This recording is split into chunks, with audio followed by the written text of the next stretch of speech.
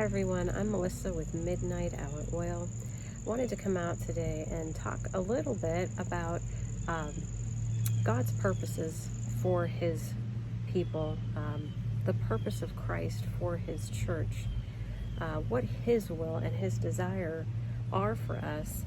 And I put a post out a few days ago talking about the scripture where we are commanded to love one another, and I just kind of want to talk a little bit about what the Word of God tells us about how to treat one another, and like I said, God's will and purpose for us to be unified, to be one in Christ.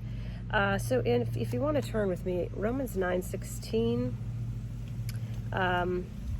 This was actually given to me at the beginning of October as I woke up from a dream. I just wrote this down, and it was,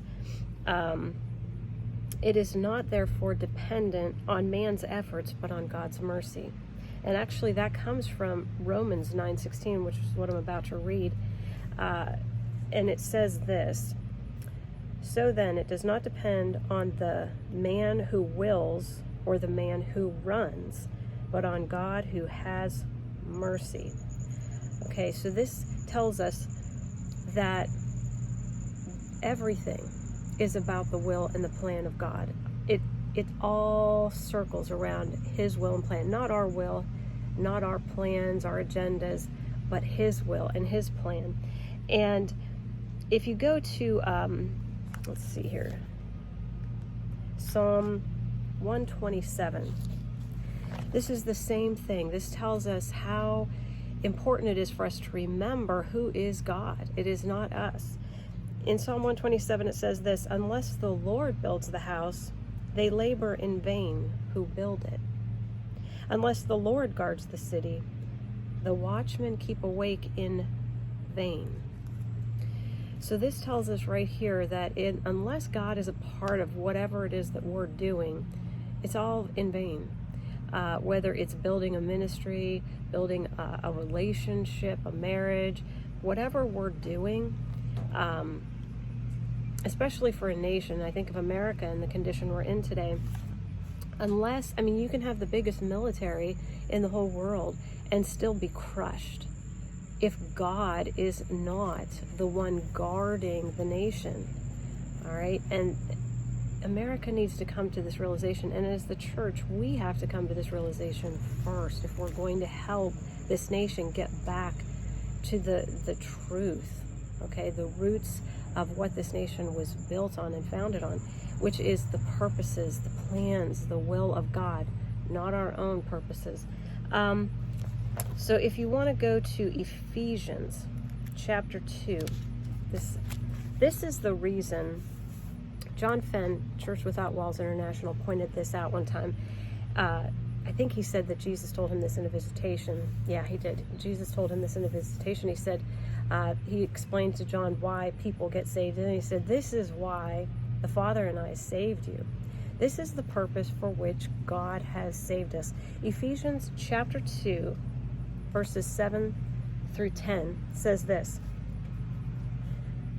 "So that in the ages to come He might show the surpassing riches of His grace in kindness toward us in Christ Jesus."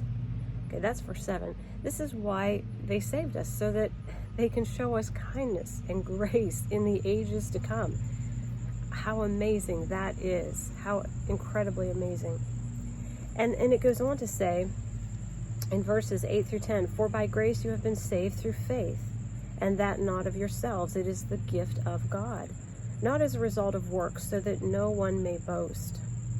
For we are His workmanship, created in Christ Jesus for good works, which God prepared beforehand so that we would walk in them." All right, so this is why God saves us, and there is a purpose. Once we are saved, we have a commissioning. We were created to do good works. God created us to do good works that He prepared beforehand, the Bible says. So these works are, so people who think that their lives don't count or don't matter, you have to remember You were not placed here haphazardly. God put you here for a reason. There are things that God wants you to accomplish, works that he prepared beforehand for you to do, for us to do. All right, just let that soak in for a minute. Now, the unity of the body of Christ is so important to Jesus. He, in Ephesians chapter 2, verses 12 through 15, Paul explains to us why Jesus died on the cross, the purpose of bringing together both the Jew and the Gentile, the rest of the world into relationship with the Father. This is what it says. Remember that you were at that time separate from Christ, excluded from the commonwealth of Israel, and strangers to the covenants of promise, having no hope and without God in the world. But now in Christ Jesus, you who formerly were far off have been brought near by the blood of Christ. For he himself is our peace, who made both groups into one, meaning Jew and Gentile, and broke down the barrier of the dividing wall by abolishing in his flesh the enmity, which is the law of commandments contained in ordinances, so that he in himself he might make the two into one new man, thus establishing peace. This is how important unity is to Jesus, that one of the main purposes for his death on the cross and his resurrection is to break down the dividing wall between Jew and Gentile and bring us together to be unified. Now, if it's important for Jesus that we be unified and one new man with the Jew and the Gentile, how important do you think it is in the body of Christ that we be unified? And clearly in Paul's day, this was an issue. And this is why Paul goes on in Ephesians chapter 4, verses 1 through 6 to say this. Therefore, I, the prisoner of the Lord, implore you to walk in a manner worthy of the calling with which you have been called, with all humility and gentleness, with patience, showing tolerance for one another in love, being diligent to persevere the unity of the Spirit in the bond of peace. There is one body and one Spirit, just as also you were called in one hope of your calling, one Lord, one faith, one baptism, one God and Father of all, who is over all and through all and in all. So Paul is imploring the body of Christ to be patient with one another, to remain gentle and humble.